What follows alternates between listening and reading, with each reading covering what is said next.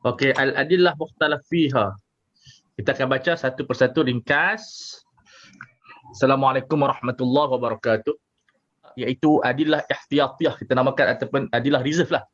So makna dia apabila dia menjadi dalil yang tak disepakati oleh para ulama secara am, tapi secara telitinya adalah pada orang kata apa titik pertemuan, cuma pada penjenamaan nama tu ulama tak bersepakat. Misalnya istihsan, al-masalihil mursalah, sadu zara'i'. So untuk kerangka ini kita namakan sebagai dalil reserve lah. Mana apa dalil reserve? Kalau empat dalil itu dah tak berjaya untuk mendapatkan jawapan secara spesifik, iaitu Quran, Sunnah, Ijma', bukan bermakna Quran tak dapat jawapan, tapi Quran sendiri suruh guna akal. Quran sendiri suruh guna masalih. Jadi sebenarnya bila kita beristidlal dengan al-masalih mursalah istihsan, bukan kita tinggal Quran, tak ada. Itu kefahaman yang salah. Makna kefahaman kita kata, kita tak jumpa Quran, bukan tak jumpa Al-Quran, tetapi Quran bagi kita satu mandat untuk fikir. Itu kalau makna yang lebih tenang. Sebab kalau kita sebut macam kita tak jumpa Al-Quran, sebab Quran sendiri suruh kita cari dalam masalih mursalah. Quran suruh kita cari di dalam sunnah, Quran suruh kita cari dalam qiyas. Nampak tak? Itu kefahaman yang sebenarnya. Macam dulu Quran ni adalah asal. Okey, setakat tu faham tak? Tak lebih faham yang tu asal tu. Okay, kita ada berapa di sini? Ada istihsan, istishab, al-masalih al-mursal, al-urf wal-'ada, syar'u man qablana, qawl sahabi, sad zara'i', amal ahli Madinah. So kita ada berapa? Dan saya akan terang satu persatu tanpa terang satu buku lah. Panjang ni, saya cerita dah, kita nak ambil yang ni, saya cerita setiap dalil dalam 10 minit ataupun kurang daripada 10 minit. Kemudian catat, kemudian bandingkan. So kita mulakan dulu dengan al-istishab. Mulakan dulu apa? Dia mula dengan istihsan dulu. Okey, tak apa. Okey, dia mula istihsan. Tapi sepatutnya kita mula dengan al-istishab dulu. Al-istihsan tidak digunakan oleh mazhab Syafi'i sekiranya berteraskan kepada hawa nafsu. So ini berlaku sedikit apa nama dia, kesilapan kefahaman lah. So istihsan ni dipanggil apa? Dalil istisna'i. Tak ada dalam buku ni. Cuma saya nak bagi faham kan. Istihsan adalah dalil dan ijtihad pengecualian. Kira para mujtahid akan guna dalil ni masa nak mengecualikan benda yang haram ataupun kita nak buat benda yang tak ada dalil tapi bukan, kita ada pengecualian di sudut kebaikan. Tapi secara amnya istihsan ini benda haram kepada benda harus. Maksud dia secara amnya adalah haram. Kerana disebabkan ada maslahah kita harus. Itulah penggunaan istihsan. Makna kita menggunakan dalil istihsan untuk mengecualikan satu benda daripada juzuk haram kepada harus.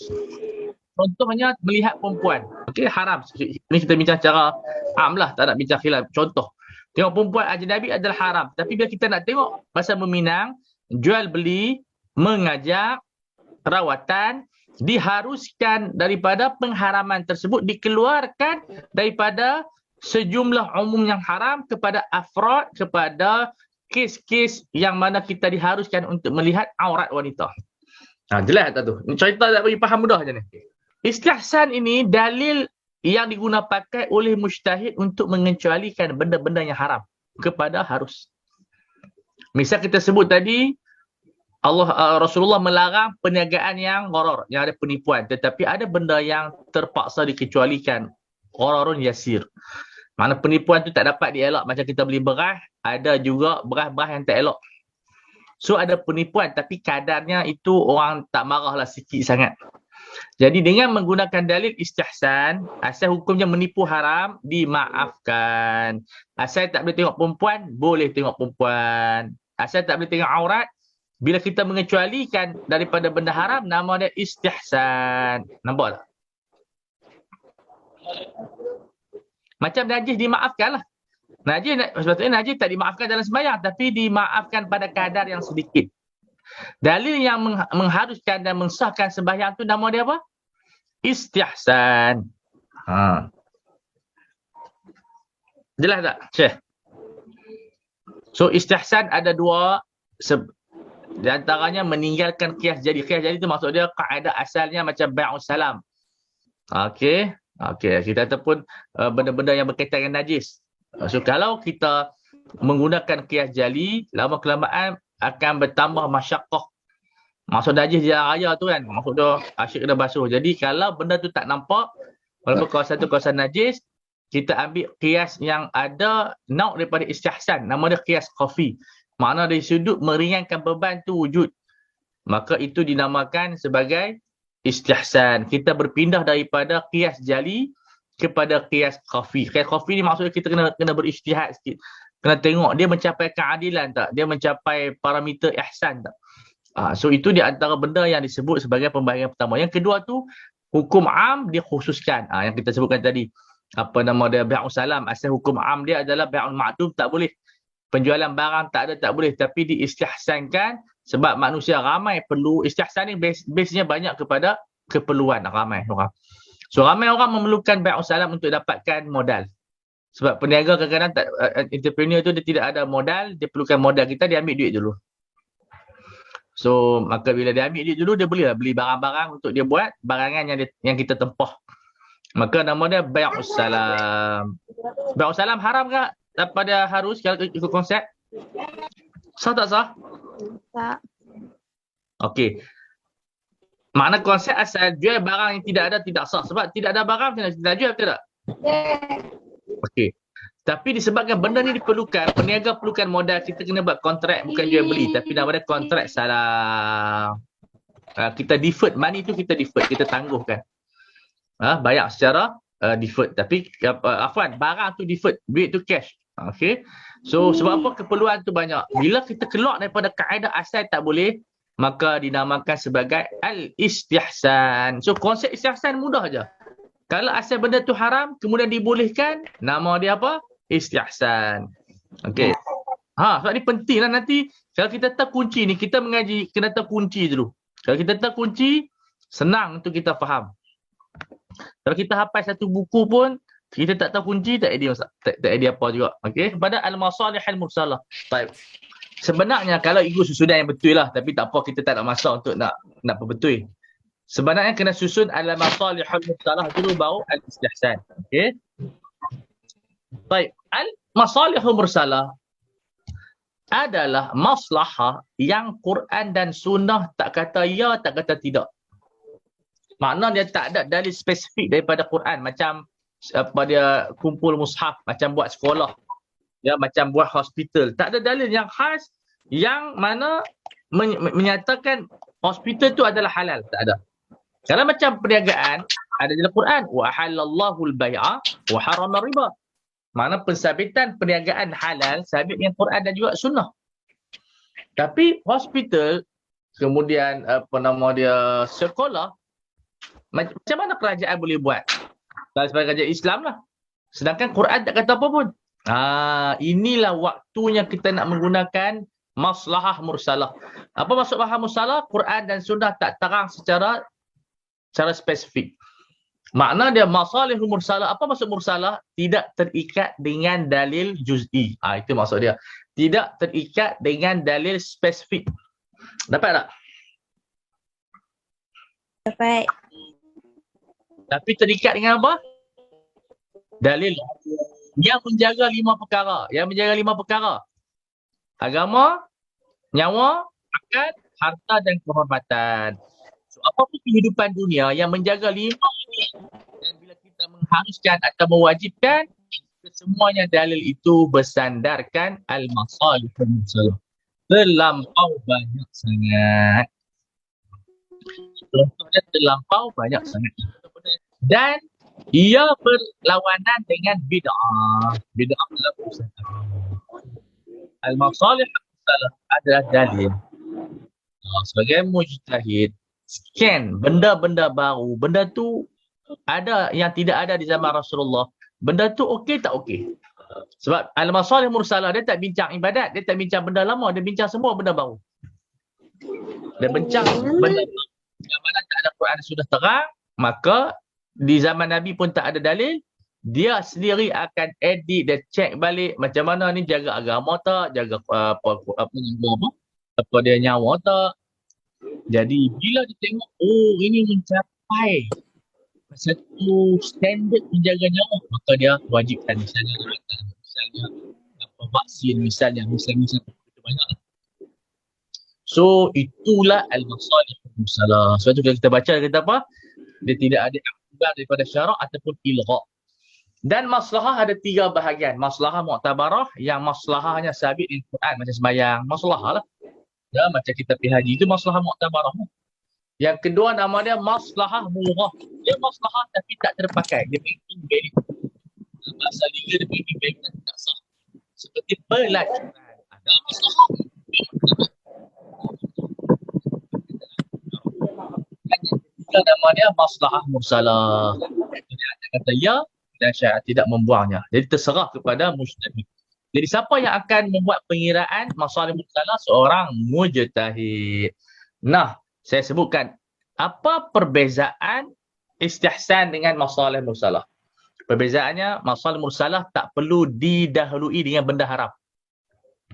Tak perlu didahului oleh undang-undang am, hukum am. Macam kita sebutkan tadi. Tetapi istihsan mesti ada dalil am dulu ataupun dalil yang mengharamkan dulu. Kita keluarkan daripada dalil am atau dalil pengharaman, maka itu dinamakan istihsan. Istihsan dia tidak akan buat hukum baru. Dia tidak akan buat hukum baru. Okay, Syekh Hafiz. Apa Syekh Hafiz?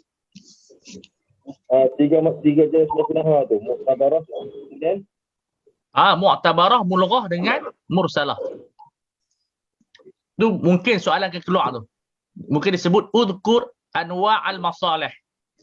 Dapat. Sebut yang pertama al-maslahah mu'tabarah, al-maslahatul mulghah, al-maslahatu mursalah. Tengok dia bagi contoh, boleh tengok contoh dia tu. Banyak tak? Okey, setelah selesai masalihul mursalah, kita masuk dalil apa? al-'urf wal-'adah. Al-'adatu wa al-muhakkamah. Baik. Ini dipanggil custom atau bahasa secara legal dipanggil best practice. So, al-'urfu dia digunakan untuk mentahsis. Dia 'urfu ni ada ni definisinya adalah perbuatan manusia lah ataupun percakapan manusia yang hampir sama. Dia berlainan dengan ijma'. Apa perbezaan dengan ijma'? Ijma' daripada ulama, 'uruf daripada orang awam, merangkumi ulama dan semua orang. So, 'uruf diguna pakai adalah untuk penafsiran nas. Okey. Nas yang tak diterangkan dalam bentuk bahasa Arab ataupun syar'i, tetapi diterangkan oleh 'uruf kita. Tapi daging ini tak diterangkan, tak dimentionkan daging apa. So, kesan dia bila seseorang itu dia bersumpah tak nak makan daging, tiba-tiba dia makan ikan. Dalam bahasa kita, 'uruf ini mampu menafsirkan bahawa bila kita guna daging ni selalunya daging ayam, daging lembu, daging unta. Ikan tak pernah disebut kita makan daging. Kita makan ikan atau kita makan daging. Maka 'uruf ini diguna pakai adalah yang pertama untuk mentafsirkan Al-Quran. Dan kedua untuk menerangkan makna yang tidak jelas dalam bahasa Arab ataupun syar'i. Misalnya istilah dalam hadis qabad ataupun kita katakan quotation, serah beli. So qabad, serah beli bila kita jual, syarat di antara perniagaan jual beli riba. Tetapi ataupun jual beli yang lain lah. Macam tanah. Tanah macam mana kita nak ambil tanah tu? Tanah kita tak boleh pegang. Kereta pun tak boleh dukung. So apabila qabad tak diterangkan secara detail oleh syarak, maka diserahkan kepada 'uruf menerangkan. Maka 'uruf pun terang. Kalau kereta kita ambil kunci, tanah kita ambil geran. Okey. Kalau makanan kita ambil dengan tangan. So benda-benda macam tu untuk penafsiran dalil yang tidak kita faham melalui bahasa Arab ataupun bahasa syarak, maka 'uruf kita yang akan terangkan. Sebab itu disebut sebagai al-'adah. 'Uruf. 'Uruf ini diguna pakai yang pertama untuk mentahsis. Yang kedua adalah untuk menerangkan kalimah-kalimah yang tak jelas di syarak dan juga dari sudut apa? Bahasa Arab. Ma'alifahu mujtama'. Itu maksud dia benda yang telah diterima pakai oleh masyarakat yang dia berpegang. Macam contohnya tu al-aslu bi' istikhdam jihaz. Semuanya 'uruf. Dia bagi gambar tu. Jadi sebab apa 'uruf menyatakan berlaku qabad macam tu. Makna berlaku serah beli. Kita serah duit pada mesin, mesin serah pada barang. Ini dipanggil bai'ul mu'athah. Syabih dengan bai'ul mu'athah. Hampir. Sebab yang mengharuskan bai'ul mu'athah ni jual beli tanpa bercakap, ialah uruf. Okey. Beza uruf yang adat sama, tak ada perbezaan apa.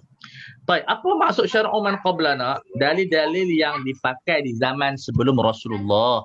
Sama ada sabit dengan Al-Quran atau sabit dengan kitab-kitab Taurat. Benda yang diamalkan. Okey, cara sepakat. Semua benda yang diamalkan oleh para anbiya yang tak disebut dalam Quran, itu bukan dalil. Cuma perbahasan dia syariat-syariat para anbiya dulu yang disebut dalam Quran. Adakah relevan lagi untuk kekal? Itu problem dia. Sebab dia macam nas jugalah. Macam nas juga. Cerita zaman dulu dan seumpama dengan dia. Jadi menjadi khilaf di kalangan ulama kita. Imam Syafi'i tolak. Walaupun disebut dalam Quran, tapi dia kata syariat Nabi Muhammad SAW telah membatalkan praktikal hukum-hukum tersebut. Tapi buku ni dia tak jelas pendapat yang terkuat lah. Tapi cukup kita faham apa itu syar'u man qablana, iaitu syariat-syariat yang diamalkan sebelum kedatangan Nabi Muhammad sallallahu alaihi wasallam. Al-ahkam allati syara'allahu liman sabaqana minal umam, itu syariat orang dulu yang Allah Taala turunkan kepada para anbiya dan rasulnya untuk zaman dulu. So macam khatan. Khatan adalah syariat Nabi Ibrahim yang lama dah. Tetapi Nabi Muhammad sallallahu alaihi wasallam endorse. Bila dia endorse, jadilah syariat kita. Tapi ada syariat-syariat yang lain yang Nabi tak endorse, maka tak diamalkan.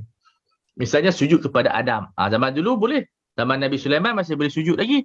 Datang zaman Rasulullah SAW diharamkan sujud. So dah tak orang kata apa, tak ada relevan lagi syariat Nabi Sulaiman AS. Patung-patung dibuat di zaman Nabi Sulaiman. Datang zaman Nabi Muhammad SAW,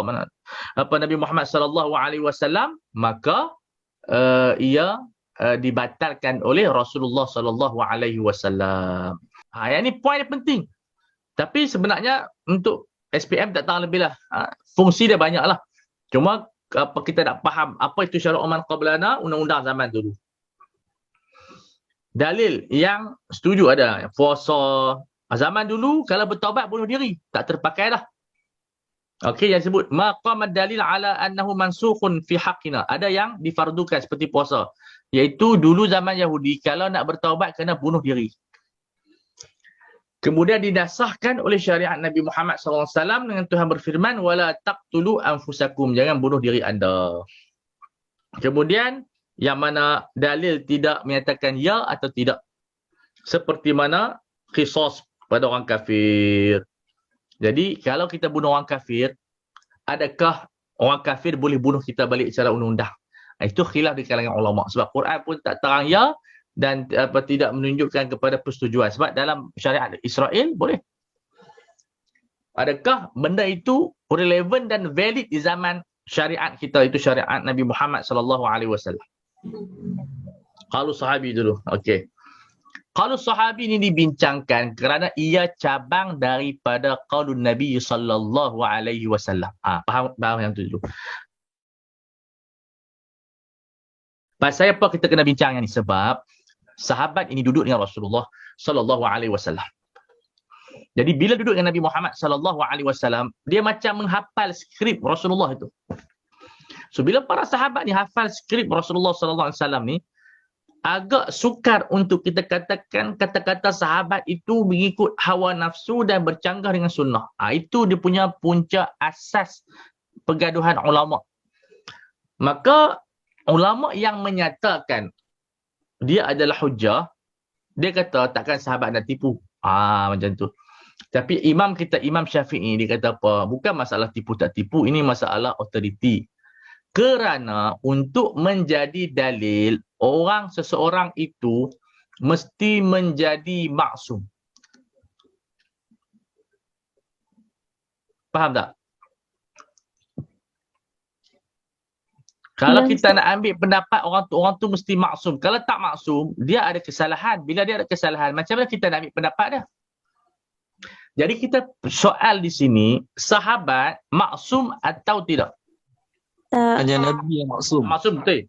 So, bila sahabat tak maksum, maka secara automatik dia tak boleh menjadi reference. Kerana kalau dia buat salah, Dan Nabi Muhammad SAW, kita semua sepakat dulu dan sekarang, malaikat dan jin, bahawa Nabi kita itu maksum dan tidak ada kesalahan. Maka layaklah Nabi dijadikan sebagai dalil. Itulah hikayat dia. Nampak tak? Boleh faham tak? Itu saya cerita semua ada dalam buku tu. Kira qaulul sahabi ni di sisi Imam Syafi'i tak diguna pakai ya? Dia hanya digunakan untuk sokongan dalil saja. Makna katalah ada hadis bertembung, dia akan tengok sahabat mana yang dekat dengan hadis tersebut. Tapi untuk menjadi dalil seperti Quran Sunnah tak boleh.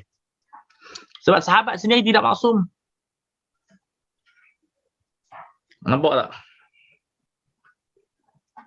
Jelas ya? Dia kena tahu punca dia tu. Bila kita tahu sahabat tak maksud, sebab tu Ibn Syafi'i tolak. Bukan maksud kita mempelekatkan sahabat, tapi nak buat dalil ni. Dia kena kuat lah.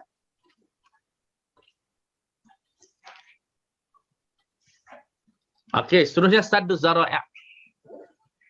Saddu Zara'i' ini, apa maksud Saddun? Saddun tu tutup, Zara'i' ni jalan kepada benda haram. Jadi ada benda harus yang mana kalau kita buat boleh bawa kepada haram. Contohnya bawa motor. Bawa motor laju tak ada masalah, harus je. Tetapi kalau di highway dia punya terdedah kepada risiko aksiden sangat tinggi. Bila dia terdedah kepada risiko sangat tinggi, maka kita haramkan bukan kerana bawa laju, kerana takut aksiden dan mati. Sama seperti orang perempuan lepak sampai tengah malam di luar. Bukan lepak tu haram, tetapi tengah malam ni bahaya. Banyak kejahatan. Maka ulama kata haram. Sebab takut kepada bawa kepada maksiat dan seumpama dengan dia. Begitu juga mencerca maki berhala-berhala orang kafir. Harus je mencerca apa. Nak cerca apa berhala apa masalah. Tetapi kalau kita buat menyebabkan orang kafir cerca Tuhan kita. Jadi untuk mengelak daripada pintu yang haram ini, terpaksa kita stop benda yang harus ini demi menjaga benda yang lebih besar, pengharaman dia. Nampak tak? Misalnya kita haramkan orang tu tanam anggur untuk buat arak. Anggur tu haram tak tanam? Tak. Tapi disebabkan dia dah pergi jual dekat kilang arak, maka kita haramkan bukan kena anggur. Pasal dia nak pergi jual dekat kilang arak tu. Maka itu dinamakan sebagai apa? Saddu Zara'i'. Saddu Zara'i'. Jelas tak? So kita tengok ta'rif daripada man'ul wasail al-mu'addiyah ilal mafasid, yang membawa kepada kerosakan. Misal man'ul istikhdam hatif athna qiyas. Dia buat benda ni. Salah haram guna telefon ketika mana bawa kereta takut aksiden. Ini contoh dia lah. Tapi ramai saya pun buat. Ini contoh yang tanam untuk apa nama dia arak. Sama dadah dan sebagainya. Tanam dipanggil apa orang isap rokok tu? Allah. Kalau isap rokok tu kita buat apa? Tembakau. Tembakau. Ada orang buat projek tanam tembakau untuk rokok. Maka sebagai contoh lah, ni fatwa ikut negeri lah. Maka kita katakan sebagai haram. Jadi asal dia harus. Tembakau tu harus. Boleh guna macam-macam. Tetapi bila dibuat untuk rokok, jadi hukumnya haram. Haram dia bukan pasal diri dia, tetapi membawa kepada kerosakan akal, tubuh badan dan sebagainya. Nampak tak?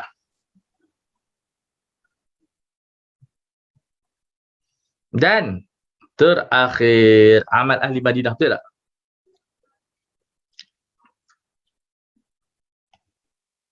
Ya. Yang terakhir ni, siapa yang saja tanya, apa yang kita semua faham amal ahli Madinah ni? Pasal apa dibincangkan sebagai dalil? Siapa tahu? Pasal apa ulama bincang amal ahli Madinah? Dia bukan sunnah. Buat orang Madinah saja. Apa yang kita faham daripada fikrah ni? Faham yang ni kita tahu pasal apa Imam Malik dia letakkan sebagai dalil. Satu, pengaruh tarbiyah Rasulullah. Yang kedua, kemudian Madinah, okey. Okey. Yang ketiga, saya suka. Sangat bagus. Yang ketiga, Tuhan Rasulullah. Okey, baik. Dia macam ni cerita dia. Disebabkan semua ada kaitan, betul tak salah semua. Okey. Sebab penduduk Madinah ni dikira zaman tabi'in dia. Lepas tabi'in, ingat dulu, term dia, kunci dia, makna penduduk amal ahli Madinah ni hanya kepada tabi'in saja. Makna dia zaman Rasulullah, sahabat dan tabi'in. Lepas tu tak ada, orang tempat tak relevan dah perbincangan ni. Nah, kenapa dibincangkan? Dan sebab penduduk Madinah sudah mempelajari hadis turun-temurun sehingga hadis itu menjadi satu kebudayaan. Makna dia benda tu tak perlu belajar dengan syekh-syekh dah. Tak perlu belajar dengan Imam Malik apa, tak perlu belajar dah.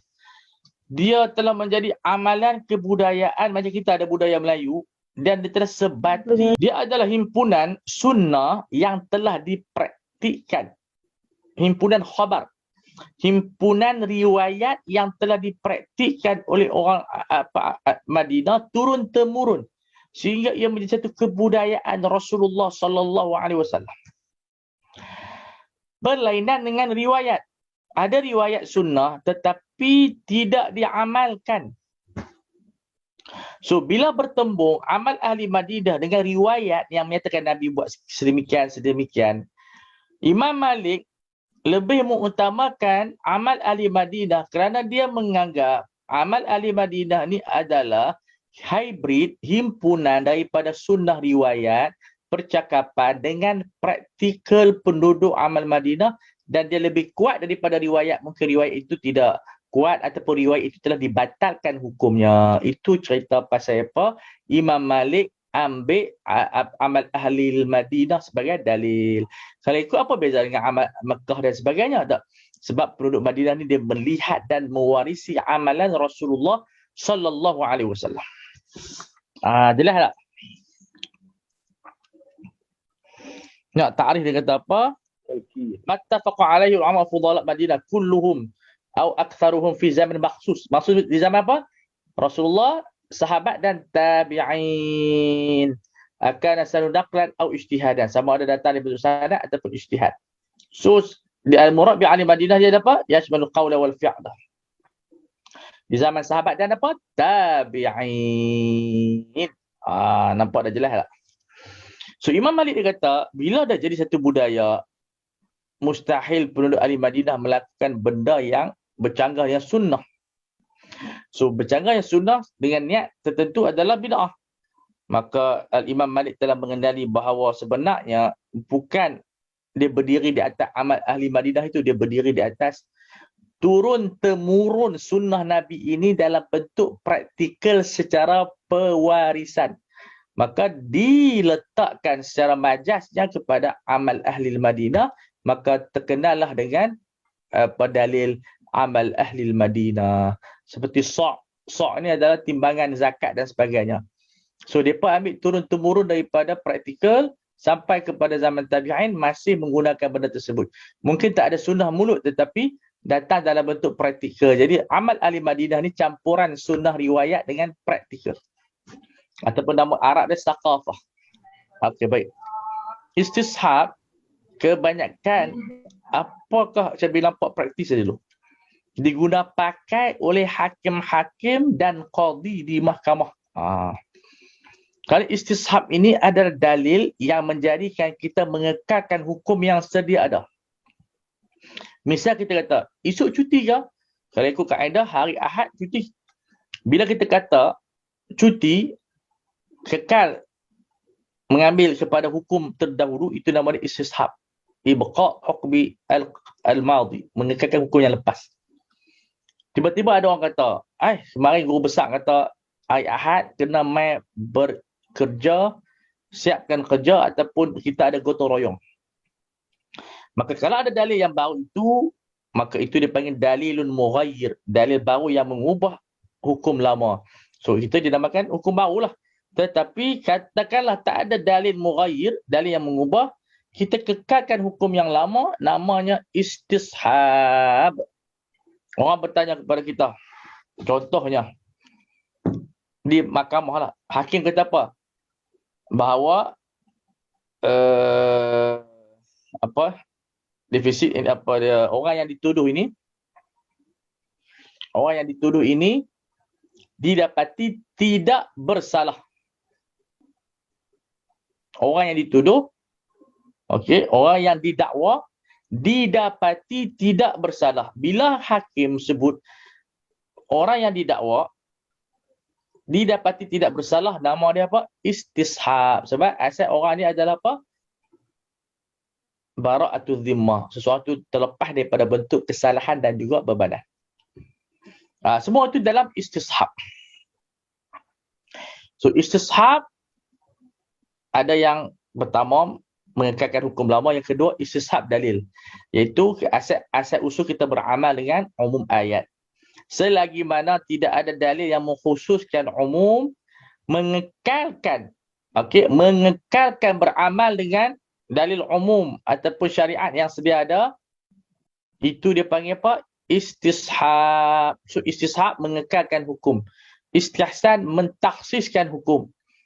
Istislah atau masalah mursalah mencipta hukum baru. Itu dia punya keyword dia.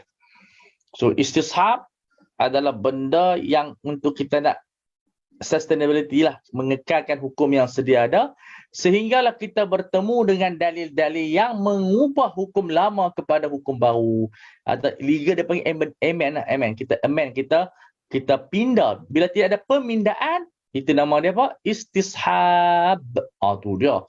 Jelas tak? Jelas.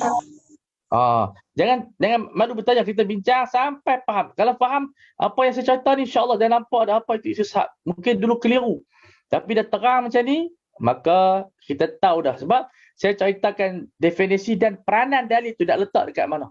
Itu yang penting tu. Okey. Selesai kita, insya-Allah kita buka, ada lagi 13 minit untuk soal jawab. Wallahu a'lam. Nak tanya, kalau maqasid tu terletak dalam masalihul mursalah juga ke Ustaz? Apa dia? Maqasid tu terletak dia termasuk dalam bab qiyas. Dulu dibincangkan dalam qiyas. Ya, tapi sekarang ni kita ada asingkan dia lah. Dah asingkan. Ustaz, penanaman tembakau tadi Ustaz bagi contoh dengan penanaman ketum, kalau dia melibatkan mudarat tu, dia itu dikatakan satu zara'i, betul kan? Ya. Kalau dia boleh, maksudnya dia boleh membawa ke pemanfaatan. Maksudnya kalau ada satu masa nanti, daun ni dia untuk manfaat, untuk buat ubat ataupun penawar, boleh ke Ustaz? Itu nak jadi jatuh hukum apa pula? Itu dia panggil fatu zara'i, tapi tak dibincangkan dalam tu. Okey, faham. Okey, Ustaz nak tanya Ustaz, larangan menanam ketum tu termasuk dalam, betul lah, larangan menanam ketum termasuk dalam satu zara'i Ustaz kan Ustaz? Ya, betul. Okey, satu lagi sama-sama al-masalih al-mursalah, mencipta hukum baru. Saya cerita ni mungkin tak ada dalam buku, tapi nak bagi faham. Saya rasa lebih bagus untuk sahabat-sahabat faham, jadi senang nak baca buku ni. Ya. Alhamdulillah. Assalamualaikum Ustaz. Waalaikumsalam, silakan.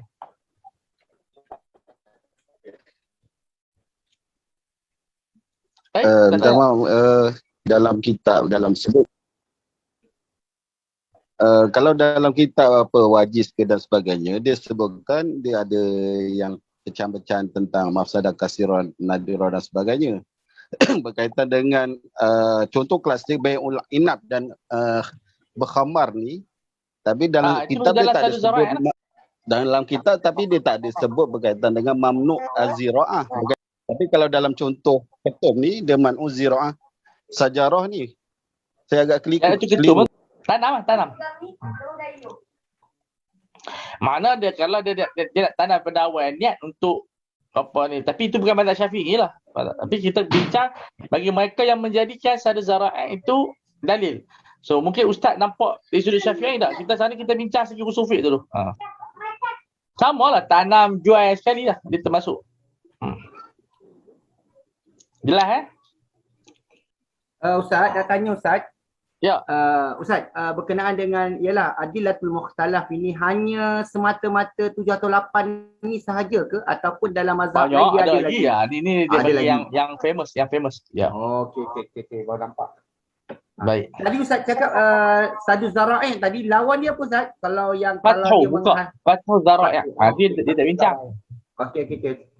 Kalau tak ada apa-apa kita bertemu minggu depan insya-Allah. Minggu depan all out lah. Sediakan soalan, perbincangan apa insya-Allah Okey. kita berinteraksi dengan semua sahabat-sahabat. Okey, boleh Ustaz. Okey kita study elok sebab yang ni Ustaz, masa depan. Ustaz nak tanya sikit Ustaz. Ustaz nak tanya sikit. Ustaz. Ni berkenaan dengan permasalahan-permasalahan yang berlaku dalam usul fiqh ni lebih-lebih adalah mukhtalaf. Ada tak buku ataupun dictionary khusus contohnya mengeluarkan masalah-masalah semasa ni?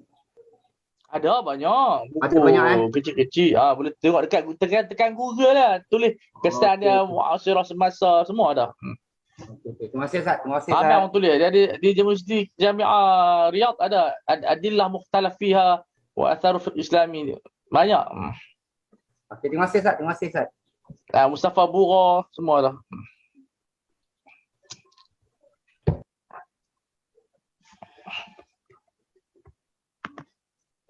Okey, tak ada apa-apa kita bertemu minggu depan insya-Allah pukul 5 dan kita study elok-elok supaya yang target kita student-student kita dapat faham dengan baik. Okey?